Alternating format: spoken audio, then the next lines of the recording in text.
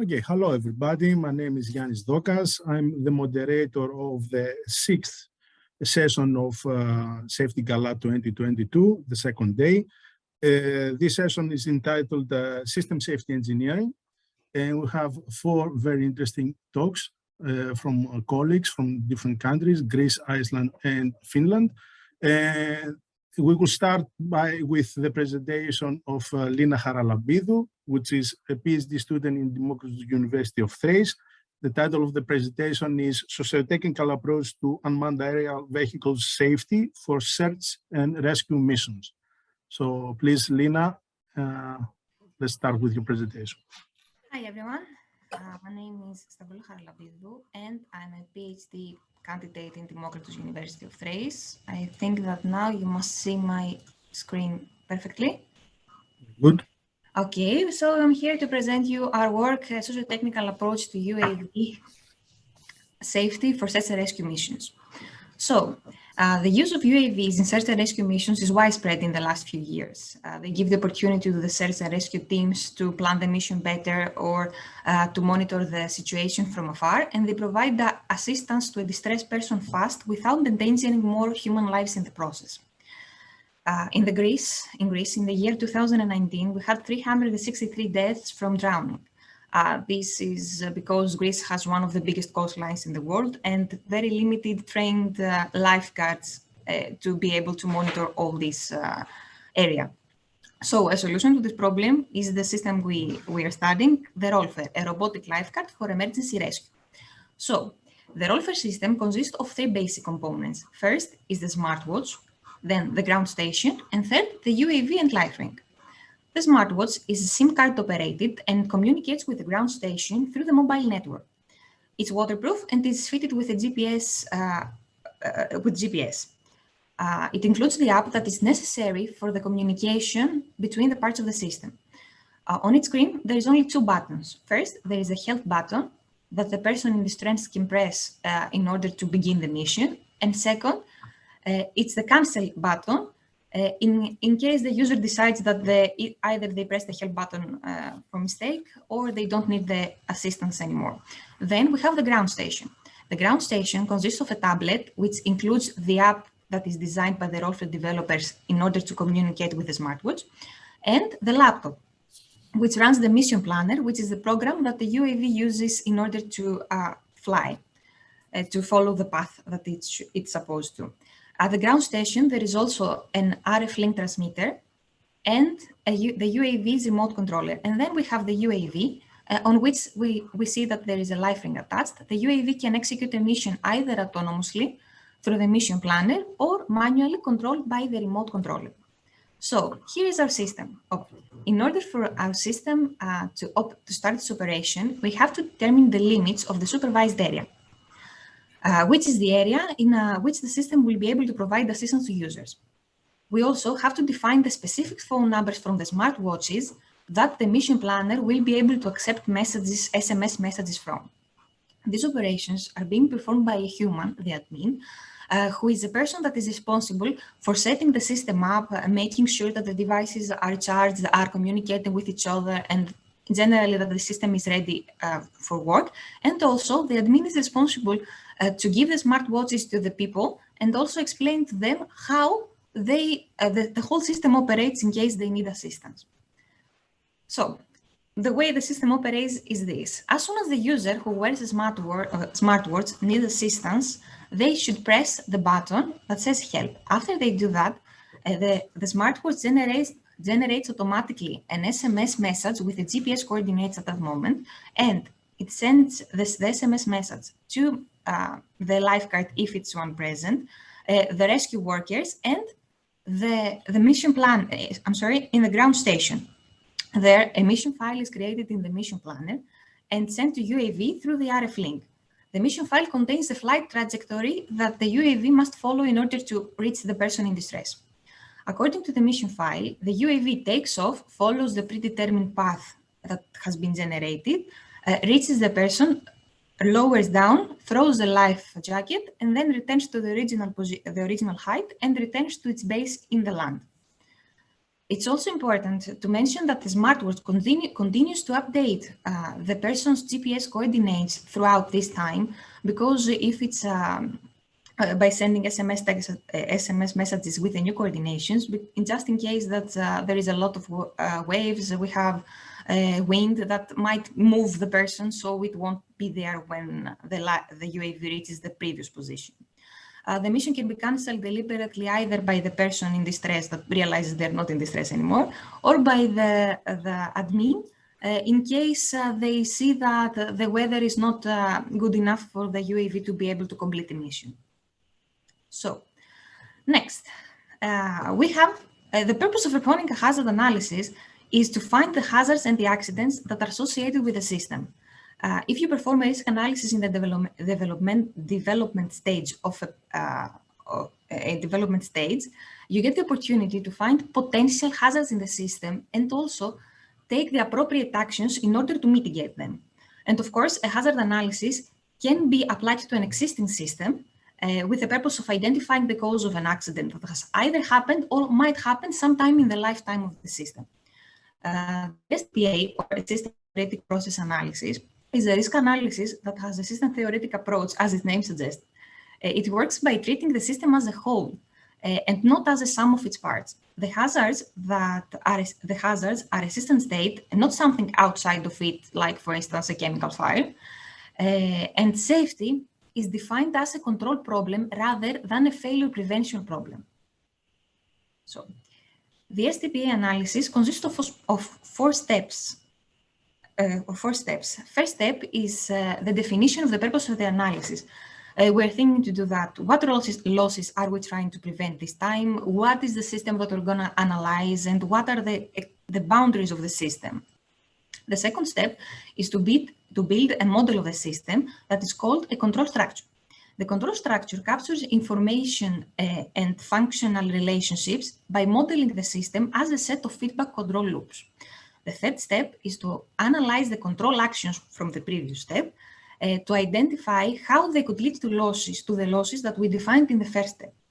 These unsafe control actions are used to create functional requirements and constraints for the system. And finally, the fourth step identifies the reason why an unsafe control action might occur in the system and also the safety constraints from the hazard analysis.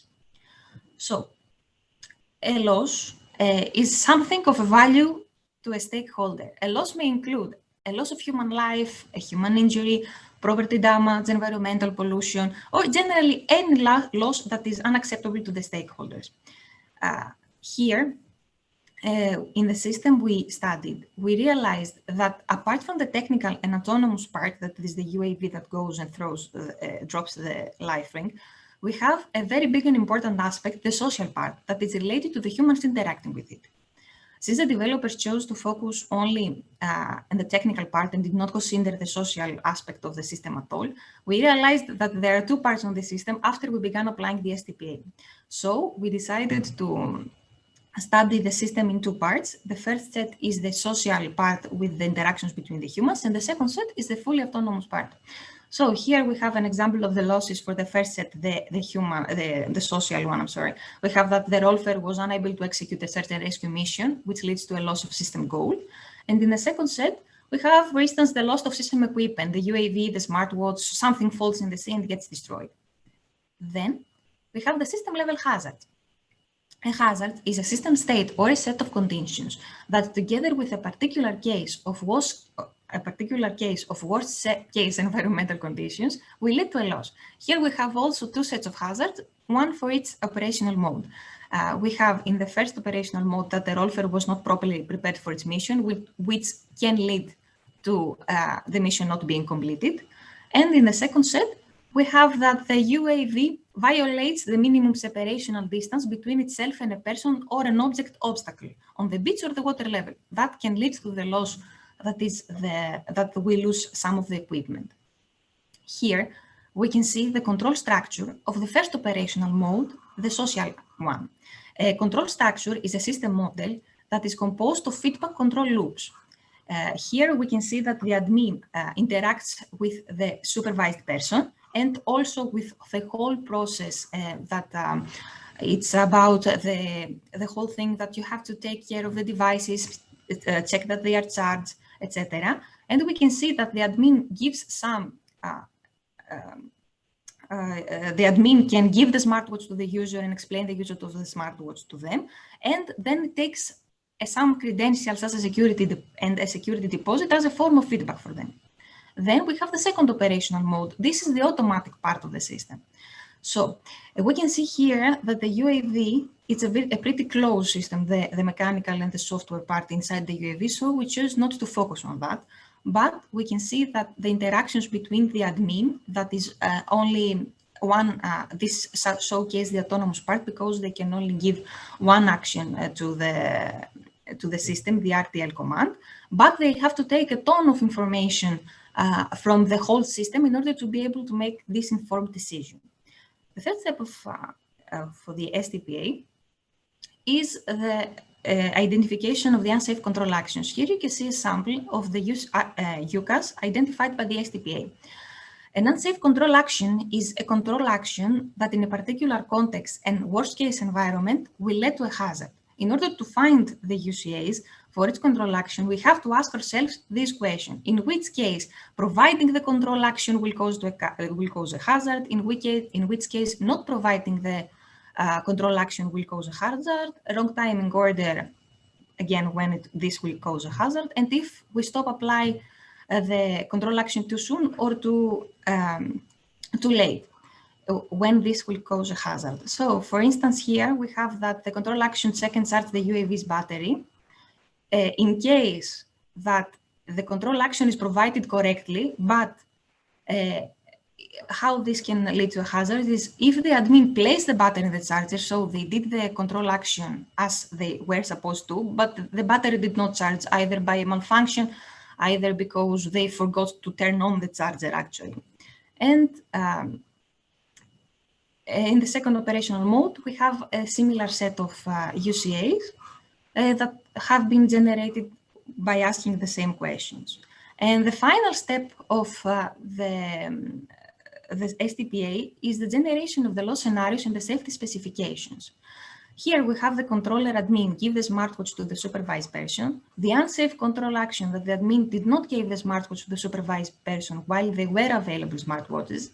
And here we ask ourselves the questions: how could this happen? For instance, the admin didn't give the smartwatch to the supervised persons while they were available smartwatches because the admin was somewhere else and they were not in their assigned position to be able to do that. Here we have some examples of the new specifications that came up during the STP analysis. For instance, one very interesting specification that we figured out was that the software updates on the devices must not happen in the time frame that the system operates. We've all had a laptop or a computer shut down unexpectedly because the Windows decided that this is the perfect moment for them to update.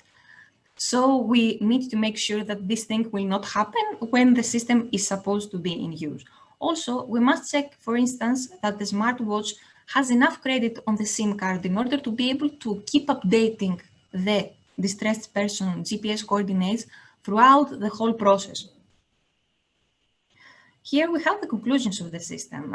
We applied the STPA to 29 control actions that generated 104 UCAs. We applied the step 4, that is generating the scenarios and the safety specifications, to only 38 of those UCAs, but we still developed 127 scenarios and 158 safety specifications. After talking with the developers, we came to the conclusions that from this amount of safety specifications, they knew about 74 of them, but 78 of those specifications were new to them.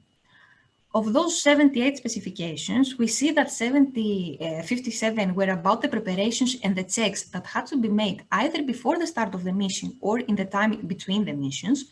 11 of them were about the human interactions, that is the interactions between the admin and the users of the smartwatch, the explanation of the system, the communication in general between them. And also 10 of them showcased the need of an additional feedback channels for the system to help the admin to operate the system better. For instance, there is no feedback that informs the admin that the UAV has actually the life ring mounted on it, except the ongoing visual feedback, which is not always available.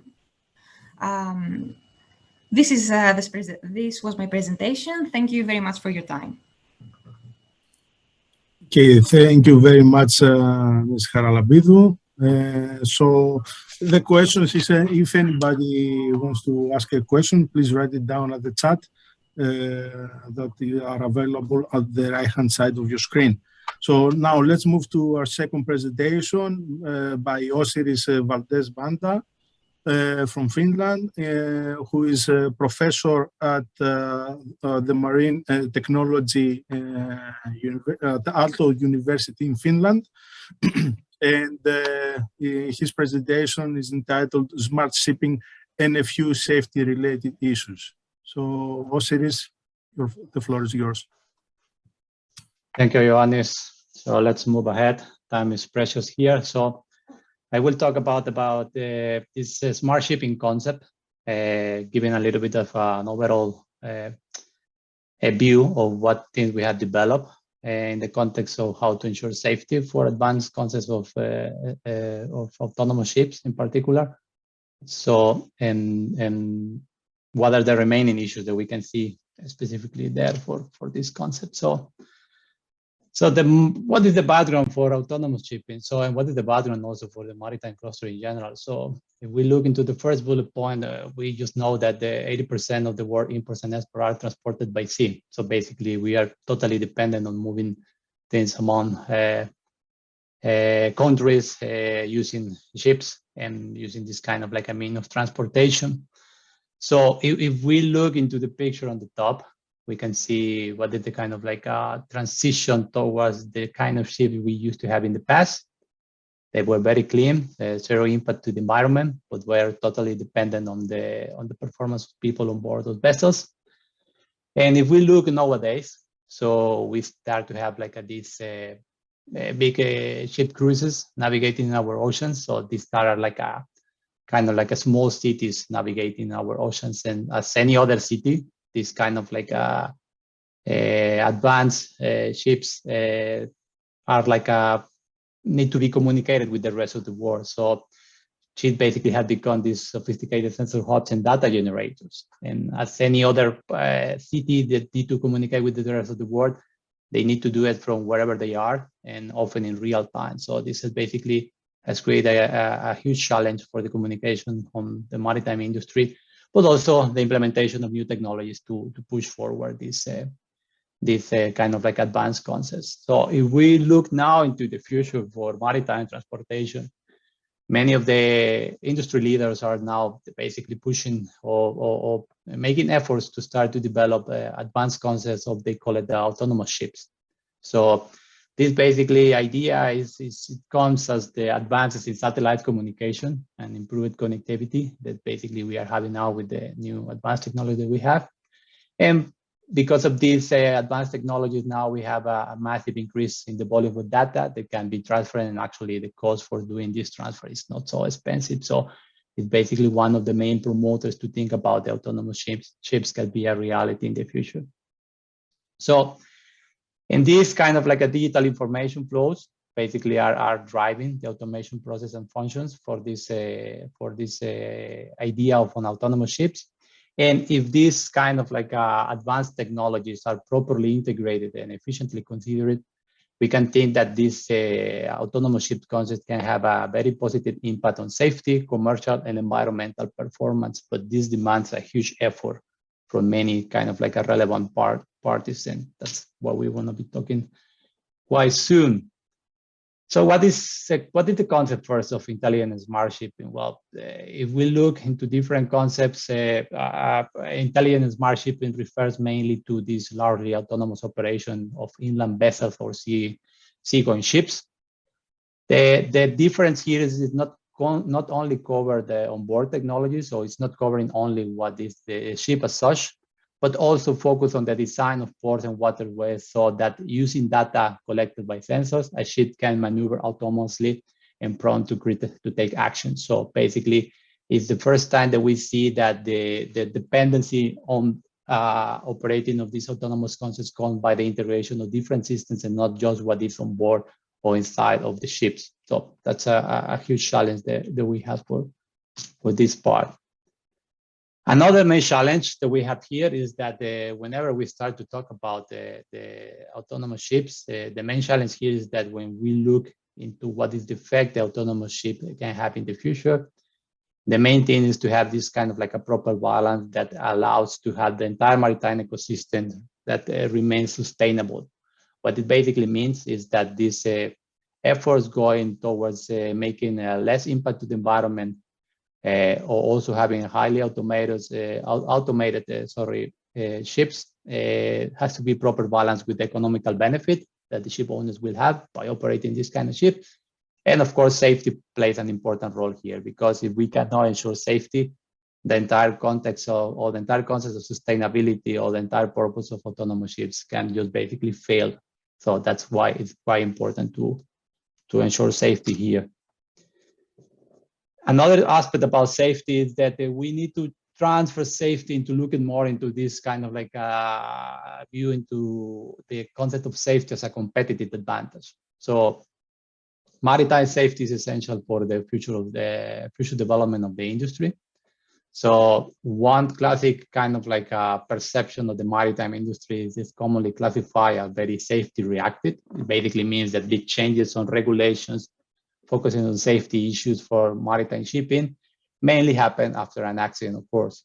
So I think now when we have autonomous ships and the design phase and the delegation of responsibilities of people on board the vessels, it will be transferred to software controls, then we are in an excellent moment to change that reputation and to make maritime safety more proactive. Another critical aspect is that safety saves money.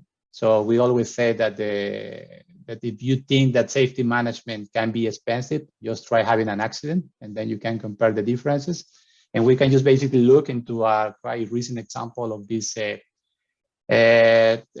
grounding of the Ever Given container stock ship in the Suez Canal last year.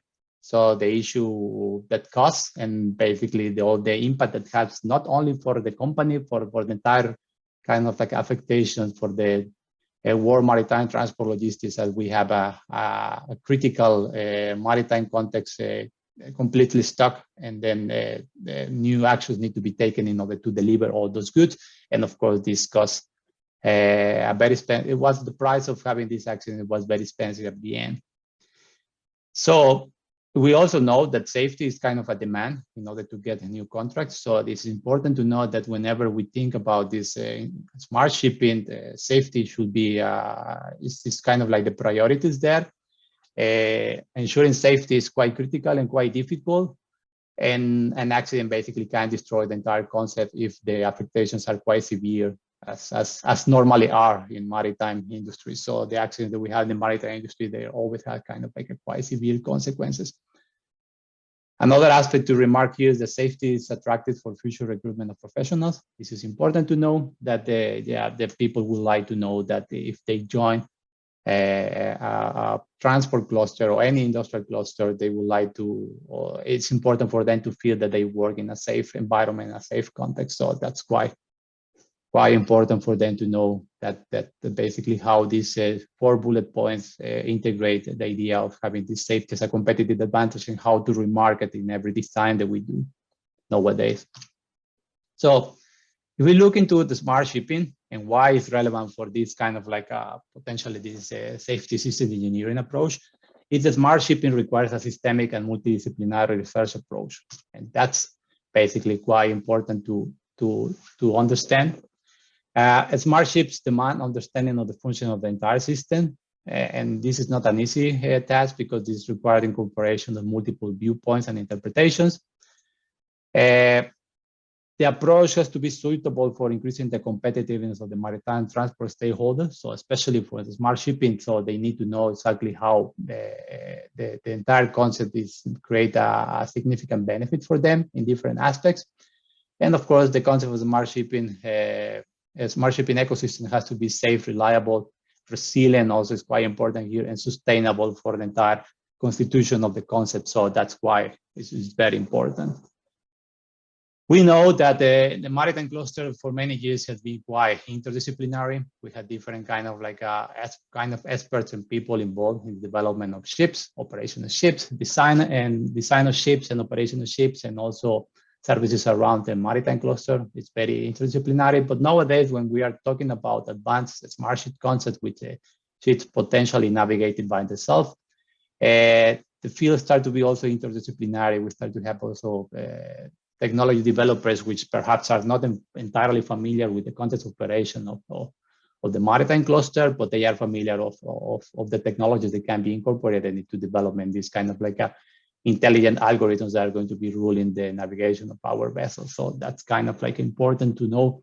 And this starts to be a standard and to understand how actually now these advanced concepts will have an effect and impact to the society as such. Of course, the environmental part is a critical aspect to know how to represent the impact that it will have in the environmental issues, but also in the societal aspects of how autonomous ship will be transforming the entire maritime cluster and the entire kind of a transport logistics around the world. So that's why now the multiple viewpoints that we need to have into consideration start to be a standard and to consider other kind of important backgrounds, profiles, and experts among different kind of people. I will show now a little bit just a research over the last, it says here 5 years, but I think it's close to 8 years of research, at least done in Finland, into the context of autonomous ships. So I will basically summarize 6 projects coming from the starting of this evaluation of potential applications of this advanced concept of this idea of autonomous ships, going to the applications and the development of specific concepts that we have with the industry partners here in Finland and also with other kind of research partners. So if we just look into the first project that we have almost 8 years ago, which was this Advanced Autonomous Waterborne Applications Initiative, this AVA project was basically the first project to bring universities or to bring together universities, ship designers, equipment manufacturers, classification societies, just to explore the potential economic, social, legal, regulatory, and technological factors which need to be addressed to make autonomous ships a reality. So this was a kind of an overall analysis of the entire maritime cluster to produce a preliminary specifications and designs or potential designs for the next generation of advanced ship solutions. So we did together, I basically will say that all the maritime cluster, including research partners and universities, were involved in Finland to start to make the kind of a roadmap in order to see how this can be, how this transformation of the maritime cluster can be executed, at least from the Finnish perspective. After we closed the AVA project, we started to look, or we understood that this doesn't belong anymore to the traditional way, just looking into maritime shipping as it is. So basically, the whole consideration of the focus just on the ship design process. But now we understand that this is kind of basically an ecosystem transformation that we need here. It's not just only about the ships, but also the technologies are short. The changes on the environmental context. It's important to understand that when we talk about a smart ship, in order to make a smart ship efficient, you also need to create a smart environment. Otherwise, it's not going to work. So that's why then we start to work on this Design for Value project, which focus more into the depicting and basically start to integrate different relevant stakeholders to create this autonomous maritime ecosystem for the transformation that we are expecting here in Finland. So we focus here on basically creating business concepts. Business concepts are basically, they are tools for research and pilots. So creating kind of a new business models and ecosystem transformation and design, new technology solutions and digital platform that, and of course, how to basically engage companies to make this transformation possible. So it's an effort, it's a joint effort among different partners, as we saw in the list of potential stakeholders involved in this. We have different kind of development areas for that. We focus a lot on the communications and technologies linked to that. The role of these remote control centers and remote control systems integrated to that. The operation optimization, so fleet optimization, how how difficult or how easy it will be to basically think about elaborating of these new concepts and how this basically will interact with the system chips that we have nowadays operating. So we also need to look into how to develop these kind of systems. We have a good integration of the situational awareness, or can provide this kind of like a situational awareness in an appropriate way, or at least as reliable as the role of people on board those vessels for identifying objects on the navigation of those ships, and how to respond among the maneuvering of the vessel in order to avoid different kind of accidents, like can be like collisions, groundings, and others, just to be listed here. So we focus a lot on this health and safety management, remote diagnostics and predictive maintenance. So if we are going to leave systems unattended, for how long we can leave it, and basically what we can do about that in order to react to potential failures or issues on that. And then, of course, analysis of reliability and redundancy for systems allocated on those advanced concepts, and of course, the safety and security systems that will be needed for that. So we also start to see how potential, well, basically how now the context of cybersecurity start to be quite critical for that.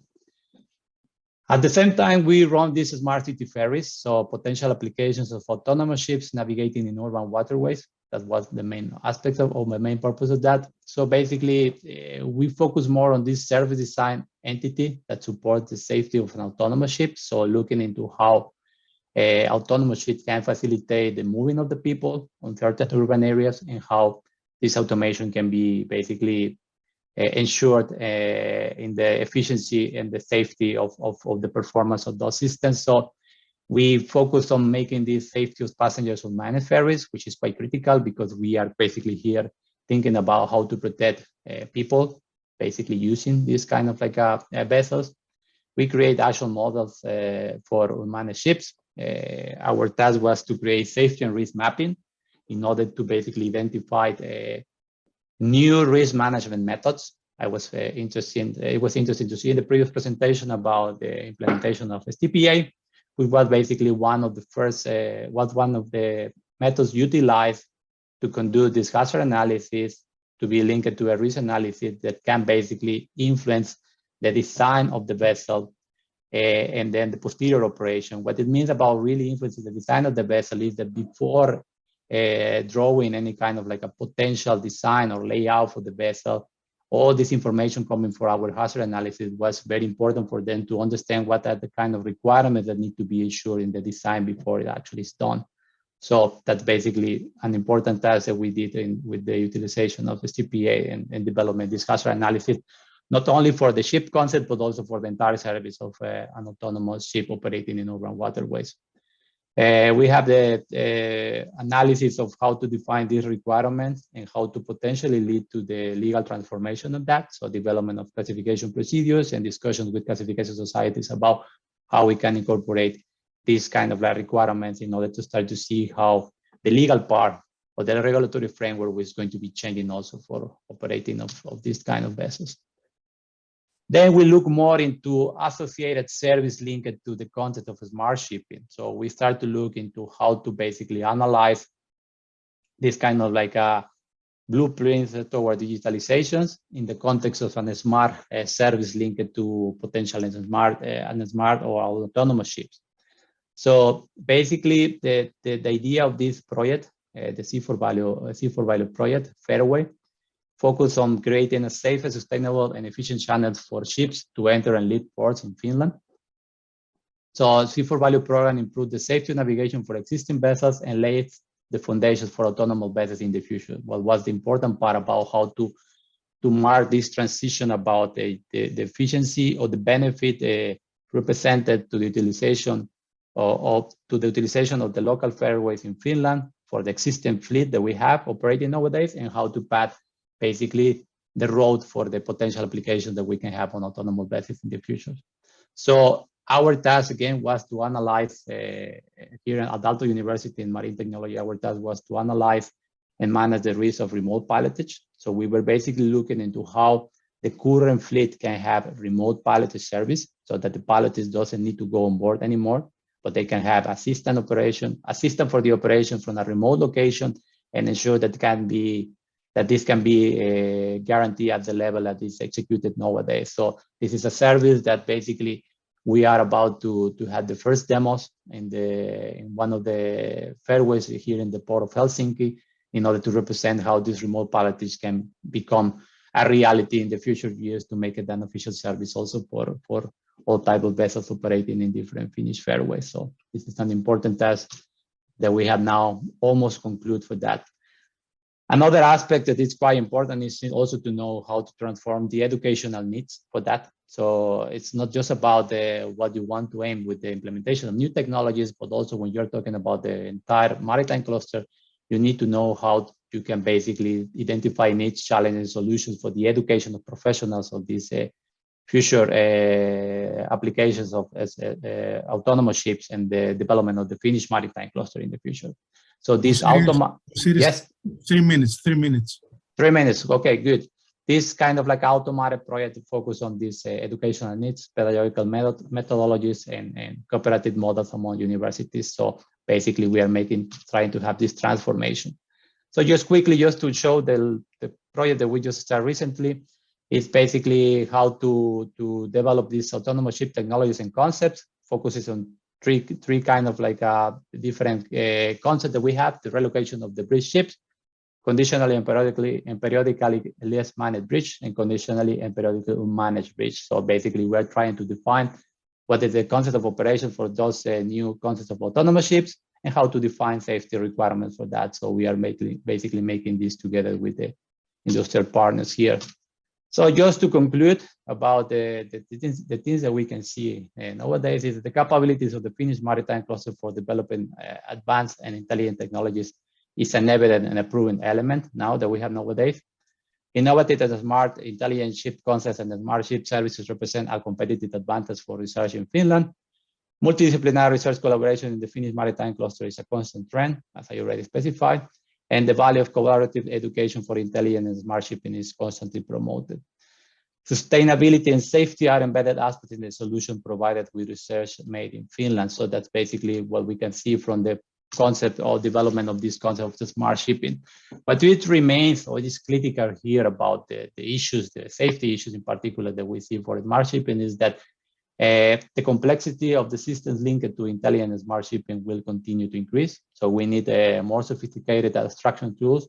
We need truly systematic top-down analysis to order to make this complexity more easy to digest and easy to represent in our different systems that we have.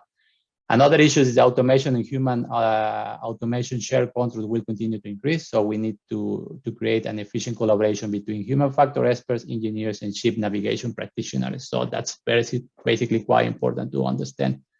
Software controlled operations will continue to increase. So we need to focus on strengthening the design of the system we want. So the dependency on testing for approvals need to be better planned. So that's a critical aspect that we need to consider there. So the role of human on board is already changing, as you can imagine. So we need a truly integration of users, engineers, technology developers in order to develop the new systems. Improve the design techniques for human interfaces is kind of important, and of course improve the training and their methods to make this kind of like an efficient way for analyzing the competence management of the people designing and operating those systems. The design phase has never been so important as it is now. This is quite critical in order to make this transformation to make the industry more proactive. So we need to develop methods that can provide efficient guidance for the definition of the system requirements for intelligent and smart shipping. And finally, system integration into concrete concepts is very complex, but it needs to be ensured. So this systematic, in particular, the system engineering approach are essential in this transformation. We still have the current issue with the maritime regulations, so that they not consider these autonomous ships. So there are kind of like issues with the system regulations, the maritime domain, that they need to be updated or adapted to this application. So potentially a new international regulatory framework for intelligent, smart shipping concepts and ship services linked to that will be needed. So I finish here. Sorry if I went a little bit late. So thank you for your attention. Thank you, Osiris. That was a very good presentation. Thank you very much, and very interesting things that you thrown on the table. The aspect of autonomous vehicles, not just ships, but also planes, automobiles, etc., is exploding. So all these issues that you raise are very, very interesting. Thank you very much. So our next presenter is Svana Björnsdóttir from Iceland, from Reykjavik University. So Svana will present to us her work on benchmarking ISO risk management systems to assess efficacy and help identify hidden organizational risks. So Svana, please, the floor is yours. Thank you. Am I already? Yeah. Very good. Yeah. Okay.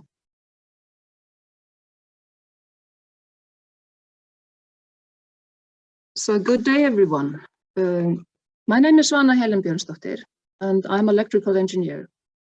I have worked for the most of my life in the industry, but currently I'm a visiting researcher and a doctoral candidate at Reykjavik University in Iceland. I've been involved in business development and risk management consulting for governmental institutions in Iceland and international organizations in different fields of operation. And today I'm presenting results from a case study that was conducted in 2014 till 2019. My motivation lies in decades of work experience in risk management, the application of ISO standards in ISO certified organizations, and my experience as an auditor of ISO management systems. I have learned that ISO standards are no assurance for efficacy of a risk management system. And therefore, this research has twofold aim. Develop a benchmarking model based on scientific literature and ISO standards to assess the efficacy of real risk management systems, and to test the model on 6 real-life and ISO-certified risk management systems.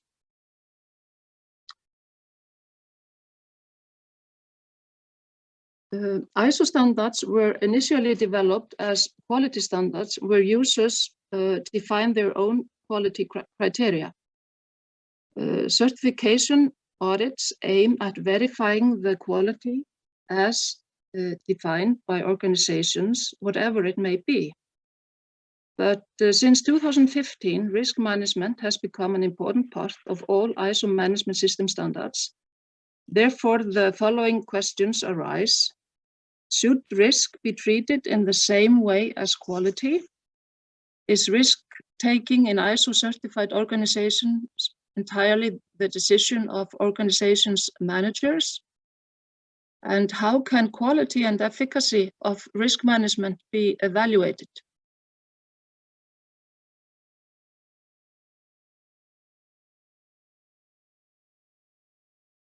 When setting the criteria, research criteria, it was decided that the organization should have a certified ISO management system, or at least be in the implementing phase of such a system. They should be from a different business sectors, and they should be willing to share information from what was considered to be a successful business operation or a project. And I wanted them to be motivated, to be seeking opportunities to improve their risk management process in general, for their own sake. And the industry sectors that were selected were a public health service, a public supply system, a construction company, manufacturing company, a software company, and a pension fund. Since all participants in this real-life study were certified to ISO management system standards that require risk management, it can be expected that all major aspects of risk management are present and for most part well documented. However, ISO standards lack guidance on risk management, as I have demonstrated in my previous study. Consequently, it is expected that risk management, and particularly the analysis of risk, is executed in an unsatisfactory manner. Assuming that the representatives of the organizations in this study are describing the true situation in their organization, it is therefore hypothesized that certain flaws in risk management will be evident in practice.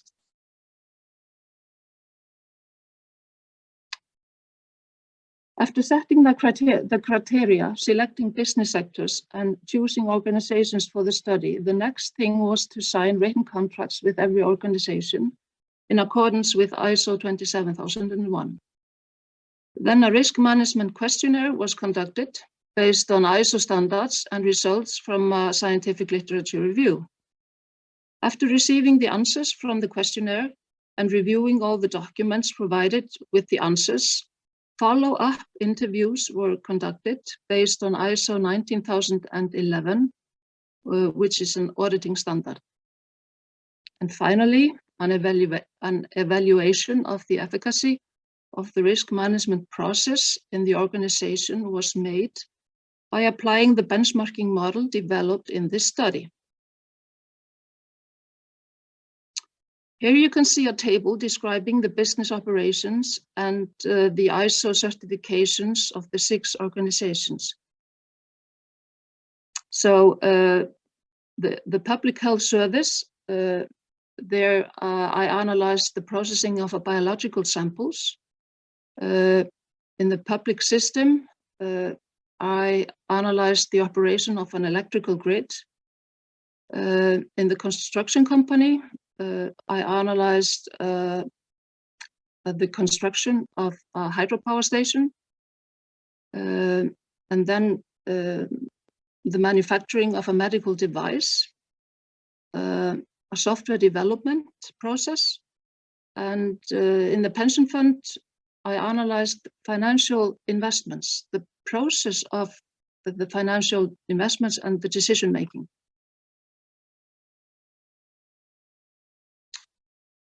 This table presents an overview of the 8 individual benchmarks in the benchmarking model developed in the study. And you can see the first one is scope and outer boundaries of a risk management system.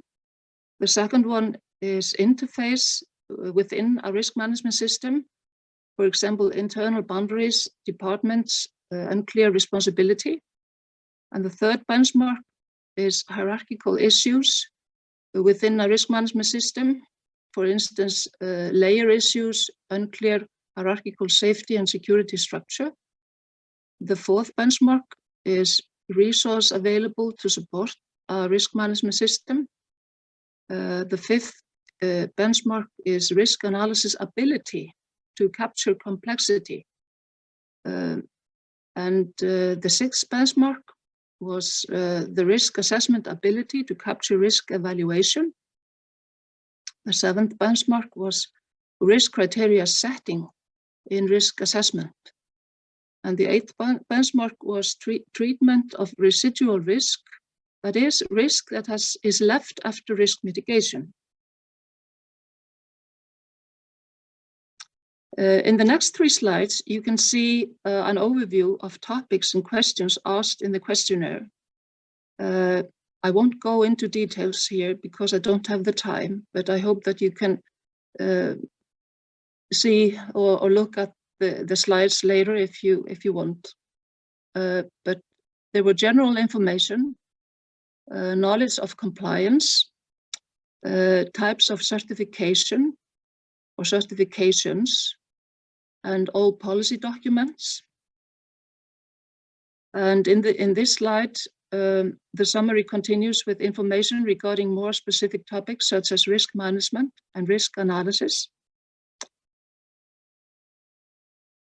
And further with more information regarding risk assessment, setting of risk criteria, and understanding and assessment of residual risk. The 2 last topics are actually quite tricky and difficult to manage. And like I said, I don't have time to go into any details of this questionnaire, but I believe that my slides will be available after the workshop. And then you can also read the article about this research. In this table, results from the study have been summarized. The risk issues are most often found in the risk analysis, in the risk assessment process, in setting risk criteria, and treatment, including assessment of residual risk. But risk issues are also related to scope and boundaries of a risk management system in the organizational structures where responsibility is often unclear and lack of risk knowledge triggers risk issues.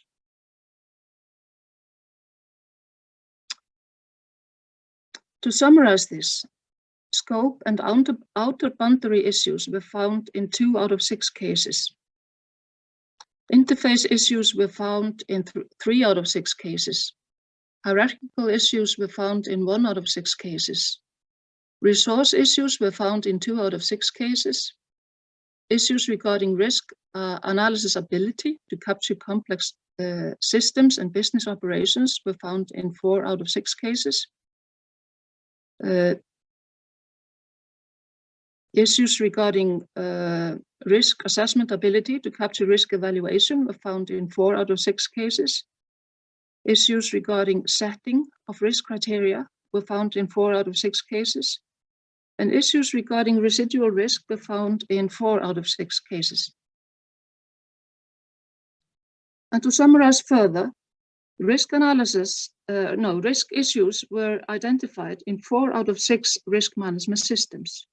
In the other 2 systems, risk issues could not be completely verified, which does not mean that risk issues did not exist at some point.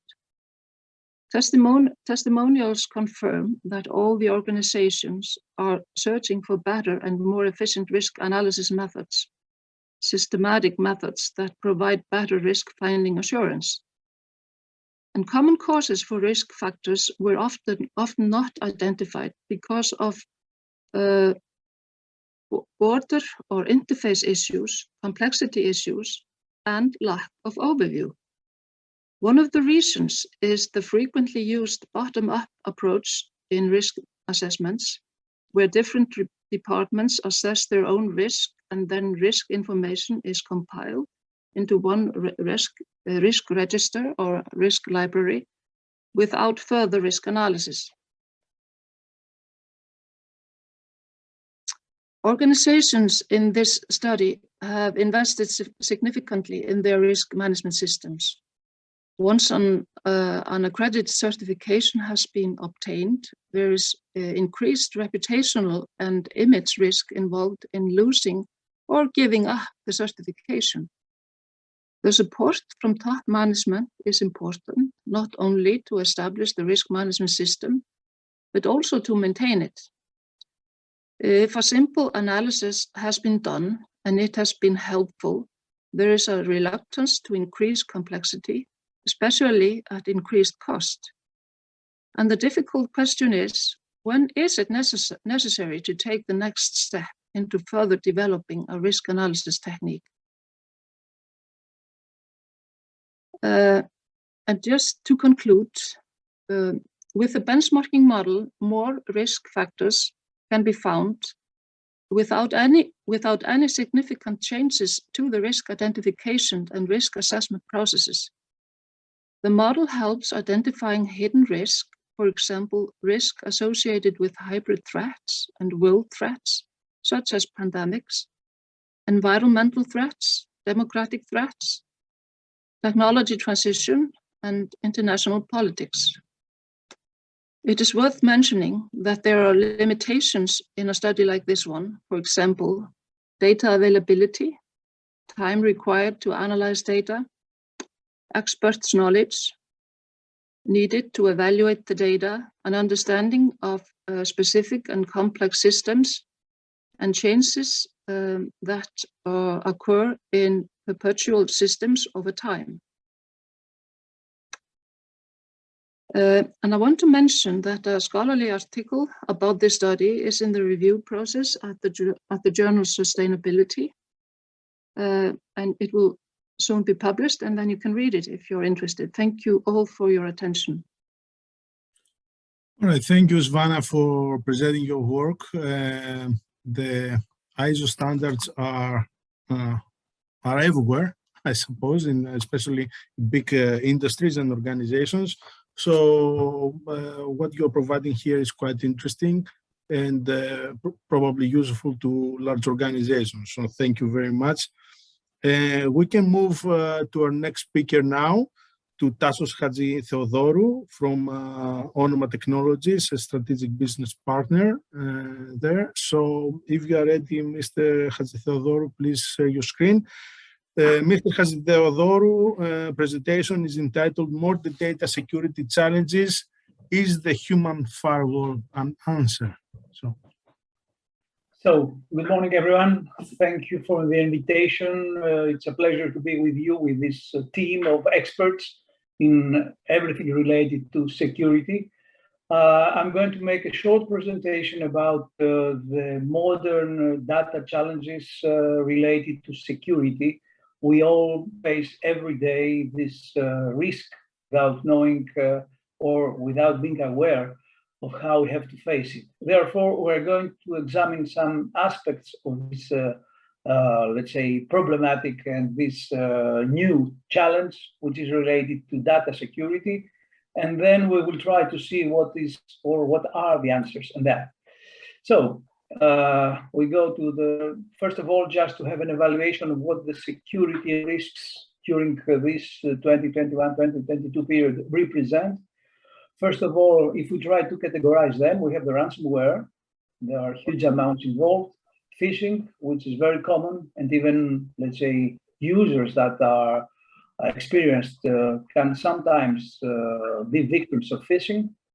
Then the supply chain disruption. This is very critical because from the moment that you have a factory, you have a commercial company, and just part or the totality of your commercial data is blocked, automatically the whole procedure, the whole system is stopped for some hours, days, or even weeks. We have seen recently a problem with the Greek post office ELTA, where a ransomware attack practically blocked the whole procedure for more than 10 days. Then the Log4j, the data leaks, theft. That means you have your data that could be, let's say, either your personal or your commercial data that can be stolen, can be, let's say, accessed by people that are not, that don't have the right to access it. The malware has just, see the statistics, 1,000, 4,000 infections per month. The ransomware attack is growing. Every 11 seconds, all of the structures, mostly companies and organization structures, or even state structures are attacked again and again. The phishing, which is really also growing, especially during the summer months, August, July, when everyone is ready to leave for vacation. We have seen cases where even experienced users have fallen victims of phishing attacks. Just a remark here, it could be that even the most sophisticated firewall, either cloud-based or locally based, can block a message, but sometimes users think that they are more intelligent or more, let's say, aware of what the system has done, and they unblock or they ask for unblocking phishing messages. Then the system, the message gets into the system, and then the damage is done. Generally, the disruption is approximately calculated at 15 million attacks per year and keep on growing. The recent pandemic was really a very, let's say, good opportunity for increasing the cyber attacks. You have mainly malicious traffic and denial of service. We have seen this many times happening. Recently, for some of you that are concerned by the satellite data reception, it happened that on the 24th of February, when the Russian attack in Ukraine started, the only one American satellite owned by Viasat and operated by Eutelsat and Skylogic in Europe was blocked due to a hacker attack from the Russian side with denial of service, thus rendering unusable approximately 50,000 routers, modems. The operation of recovering is still running. There are even hotels in Greece. There are remote factories that are blocked. They don't have any access to data, as satellite data was their only unique opportunity to get connected to the worldwide internet. So the total cost of cybercrime is expected to reach 10.5 trillion by 2025. So you see that there is a 15% increase and never stopping this increase. It's even growing faster and faster. And the following number is really very, very important. You need approximately a year to contain a major data breach. This breach involves loss of personal data, loss of commercial data, and above all, interruption of the functioning of a company or of an organization. 30% of small and medium enterprises declare phishing attacks a top information security concern. That's true, and I would say that this is keep growing. Quite quickly, phishing malicious attempt to confuse and user in order to get sensitive information, credential data, etc. Social engineering, this is direct and user manipulation by impersonating others, linear vertical scalability based on the people already fooled. Social media here have play an important role. Sometimes relations are, let's say, established through social medias, and then they are gone to the next level through emails with the intention of getting inside the systems, company systems, or organizational systems. Unintended leaks in a casual chat between persons can provide sensitive information without being aware of the leak happening, but it happens. And improper asset usage, this is using company assets improperly, such as using the same passwords in private and company-owned accounts, can leak to sensitive information through private accounts, or using a desktop, laptop, computer for personal usage, accessing sites that are not professional at all, and so on.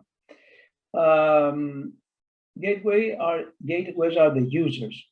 Just here to say that the systems today, either cloud-based or in-premises based, firewalls, cloud guards, or whatsoever, are quite efficient. I would say they are very, very efficient. The only possible hole is when we have these famous zero-day attacks, when a new virus or a new danger is discovered, and in the meantime, in of some minutes, the systems, which are all of them are online, have not been updated.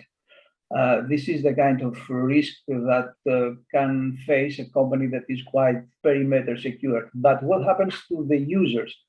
The most common gateway for entering into a system are the users themselves. So without knowing, they can provide legitimate ways of infiltration, and so the attackers don't have to lose time calculating, enumerating, and planning a successful computer level attack, because they know that 99.90% it will not succeed. So a user can validate information based on no previous actual validation. If he believes you are a technician, the next victim will be told that you are the technician. So a chain of trust is easily created and maintained. This is very important. So even persons that you don't know, or they impersonate other functions or other entities, they don't have to be trusted unless you are 100% sure. So common ways of securing an organization: firewall, IPS, antivirus, endpoint security system. In 2 words, we have, I would say, a whole range of systems, a whole range of equipment that can protect us, but it comes afterwards. So the cost of common protection can come up to thousands per year, per user, per month, can create compatibility problems. You need someone to be there to fix them.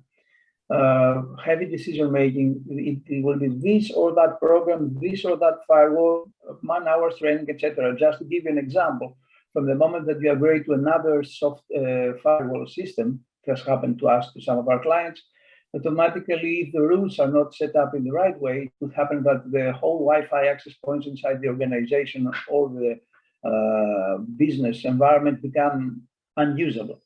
So there is a need for constant maintenance, updates, fixes, and so on. And then the procedures that have to be followed in order to make the updates following a specific time schedule and the specific rules. And then there is also a need for constant vulnerability research. That means 0-day freeze, as already discussed, just release vulnerabilities that can have a heavy impact on the already existing security infrastructure of a company. Just here to mention that this what we call permanent perimeter security assessment. It's something that has to be done on a regular basis on even small companies, at least 2 times per year, in order to ensure that not any hole or any type of hole exists following the evolution of the environment related to security. As you can see, even the best firewall settings can be dismissed with a simple allow click. Why use password manager when you have post-it notes? Ask and you will shall receive. Sharing is caring mentality. Best practices remain unpracticed. That means even companies that have ISO 27001 certification, it happens that it is okay, we got it, we are sure we are quality and securely up to date. Unfortunately, the users or the new hired persons are not following the practices the way that they have to be followed. And then the technological confusion, technological evolution leads to bad habits. So, ignorantia legis neminem excusat. So, what are the answers? We insist, we focus, we really rely a lot on the security through users. For us, this is the most effective and the most, let's say, positive producing results technique. Awareness training, permanent awareness training, law regulation awareness, law environment also evolves on the same time with technology. Technical training, I would say, especially for the staff being or working in critical or sensitive positions, for instance, accounting departments, financial departments, etc., where the training has to be really, really continuous and very strict. Scenario simulation and incentivization, that means so we try to make people aware that from the moment that they work and they care for security, automatically the company, but themselves also are the ones that are going to win. Awareness training is based on a cost calculated on user or once training. Training happens with low frequency. Simulation can be performed in-house, minimize no additional cost. I will explain all these points. Security-oriented users are able to recognize and report ongoing or even unnoticed attacks and act accordingly, not for themselves, but also for the company. Easier to recognize user-related vulnerabilities than equipment. Today's technique or today's, let's say, scenarios allow users to be trained remotely. That means no physical presence is necessary. And this training can be done not only at workplaces. This is not very, very easy to perform because people work there. So either at the end of the day or in special training sessions organized by the companies or even from their home. Is security for users enough? In the end, it is users who must correctly use the security measures for them to work properly. They must be permanently aware and permanently ready to face anything new as an option to user security penetration. A policy can state minimum passwords of 12 characters, but the user can't disregard that. Proper training leads to proper usage. A user without security measures is as useful as a security measure that's not being followed. This is very, very, very important. Delicate balance between user awareness and security measures. This means that from the moment that you take a lot of security measures, the system is a little bit inflexible and finally it becomes slow and becomes, let's say, very, very bothering to users. So in 2 words, the conclusion. The systems today, firewalls, cloud security, etc., offer a high reliability, provided that they are maintained and provided that there are subscription contracts that permanently update them. So the next point is, are the users themselves? They have to be trained, they have to be permanently controlled, and therefore they are the ones that really make a human firewall, which is necessary in today's data environments. Thank you very much. All right, thank you very much, Tassos. So we have a few minutes for some questions. I think Mr. Panopoulos provided one question at the chat, but already answered by Osiris. I will get back to that. It's quite an interesting issue. Let me ask Mr. Hadjitheodorou the question related to your presentation. To what extent blockchain and ledger technologies can help in minimizing the cybersecurity threats? What is your opinion on the new emerging technologies of blockchain and ledger algorithms in assessing this problem? Yes, blockchain is really a new environment and is more and more used in different even business practices. It was not the case in the past. Actually, more and more even companies start to use blockchain because of the security that offers in order to authenticate a transaction. The thing is that transactions that are related to, or let's say, based on blockchain techniques are really secure, provided that all the accessories relate to blockchain. That means, where do I store the transactions? How do I replicate them? How I take backup? Do I use a ledger or whatsoever? That they are also secure. So it can happen that the transaction itself is secure, but all the peripheral environment could be that it is not secure. Therefore, we have to really put the action on that as well. All right, thank you very much. So this is a new technology, and I think that everybody will use it at the end in some sort of their everyday habits and everyday interactions with computers.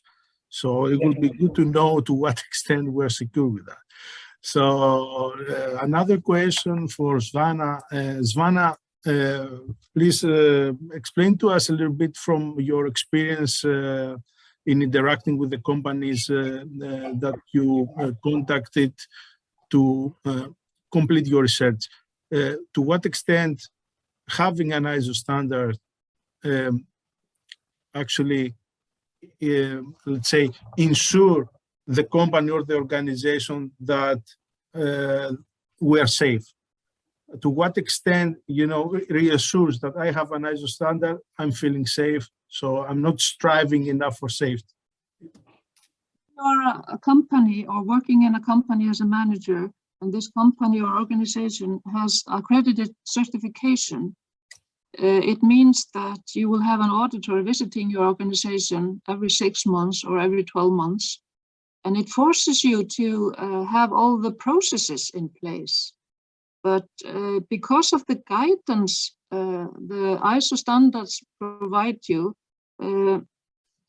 you may believe that everything is safe and secure and you're doing everything right.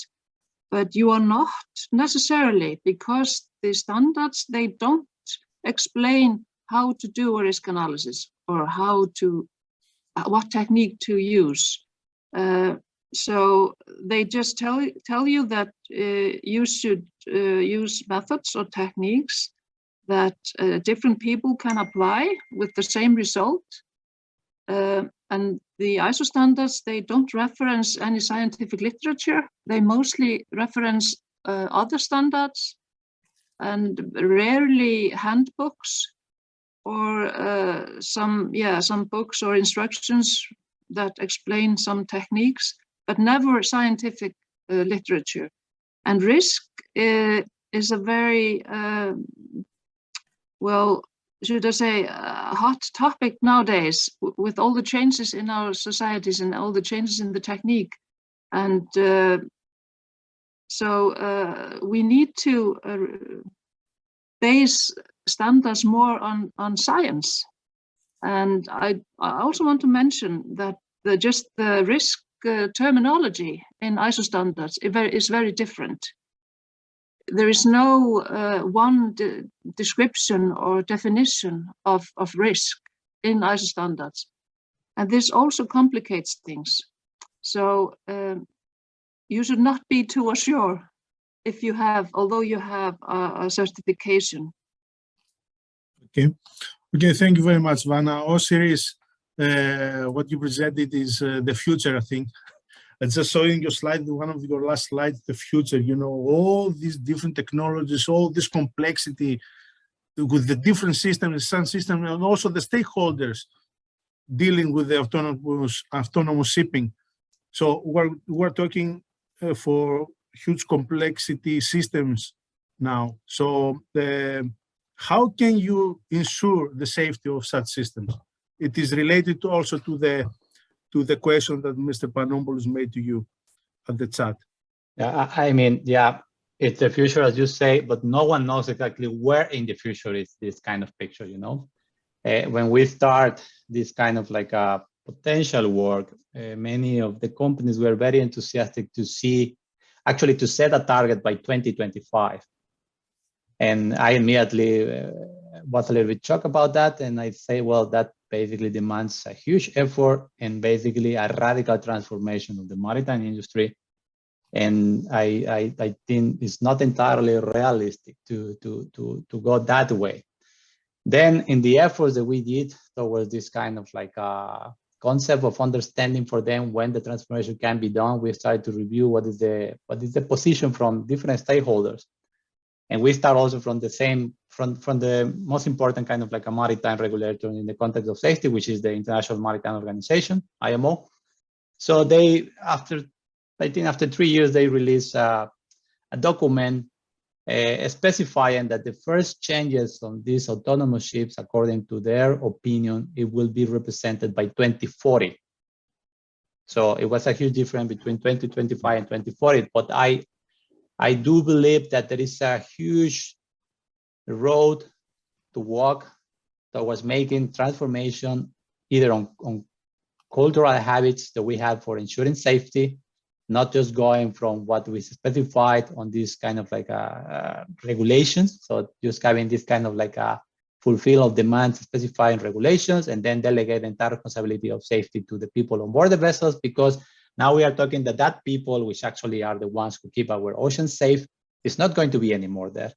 So then we need to know how we can transfer the knowledge of that people into the design of the systems to make it sure in order that these kind of like intelligent algorithms or software controls that we will have can have at least the minimum level of safety of the most advanced vessels that we have nowadays. So, and I can tell you that there is a huge way to walk still. The good news about that is that there is a significant changes now in the maritime industry to look into new alternatives. Just talking about hazard analysis methods or risk analysis methods. So the advanced methods that we see after created after 2000, let's say, some of them are not even officially accepted by IMO. So, and of course, when we talk about STPA or FRAM or whatever, these are not basically listed on the recommended methods by IMO.